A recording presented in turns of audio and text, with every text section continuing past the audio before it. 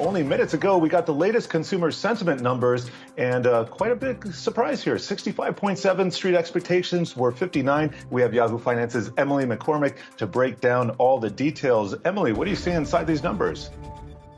Well, Jared, as you mentioned, this was actually a positive surprise here in the University of Michigan's closely watched surveys of consumers. Just to reiterate that headline number, since it was such an upside surprise, that coming in at 65.7 for the preliminary April survey. That compares to the 59.0 that consensus economists were looking for. And this is also a notable and, again, unexpected rise from the index level of 59.4 that we saw in the March final survey. Now, diving in a little bit deeper into some of the components here, the current conditions sub-index also ticked up unexpectedly to reach 68.1, signaling that that consumers really are feeling a little bit more positive about their current conditions, their current financial and the current economic backdrop conditions that they're seeing as well. And in terms of expectations, a large move higher here, that rising to 64.1 in April from the 54.3 that we saw in March.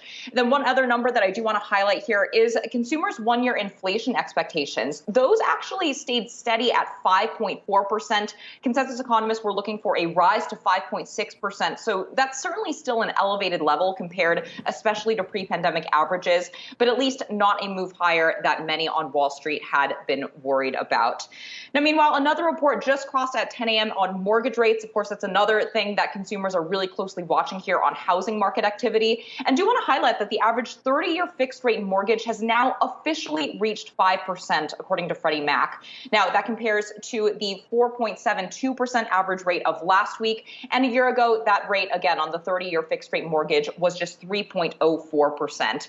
Now, this is the first time in more than a decade that rate reached the 5% threshold, and yet another move higher that will be weighing further on affordability here for potential home buyers. Now, I just want to highlight here a quick note from Sam Cater, the chief economist at Freddie Mac. He said in this morning's statement, quote, "As Americans contend with historically high inflation, the combination of rising mortgage rates, elevated home prices, and tight inventory are making the pursuit of home ownership the most expensive in a generation." So there you have it, guys. A move higher again in those key mortgage rates, but at least also a positive move higher in consumer sentiment. We'll see if this trend can continue going forward as well, guys.